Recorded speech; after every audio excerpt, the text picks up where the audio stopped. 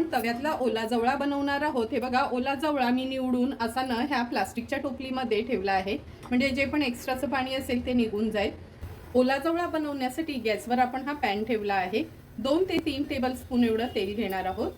तेल पण छान गरम झालं आहे। आता फोडणीला आपण या हिरव्या मिरच्या आणि कांदा घालणार आहोत। 2 चमचे आलं लसूण क्रश घेऊया। आलं लसूण अगदी बारीक चिरून घेतलं ना तरी चालेल। आता कांदा शिजवून घ्यायचा आहे आपल्याला। कांदा पण जवळपास शिजत आला आहे। आता आपण ह्याच्यात मसाला घालूया। सर्वात आधी अर्धा चमचा हळद, 1 मोठा चमचा भरून आपला हा घरचा आगरी कोळी मसाला। हळद आणि मसाला तेलावर छान आपल्याला परतून घ्यायचा आहे। आता ह्याच्यामध्ये 1 मीडियम साईजचा टोमॅटो आहे जो चिरून घेतला आहे तो ॲड करूया। स्वच्छ धुतलेला जवळा आहे तो ॲड करते। व्यवस्थित मिक्स करून घ्यायचा आहे। जवळा व्यवस्थित मसाल्यामध्ये आपण मिक्स करून घेतला आहे।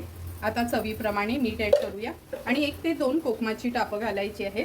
व्यवस्थित जवळा पुन्हा आपल्याला मिक्स करून घ्यायचा आहे। आता हा जवळा आपण शिजवून घेऊया।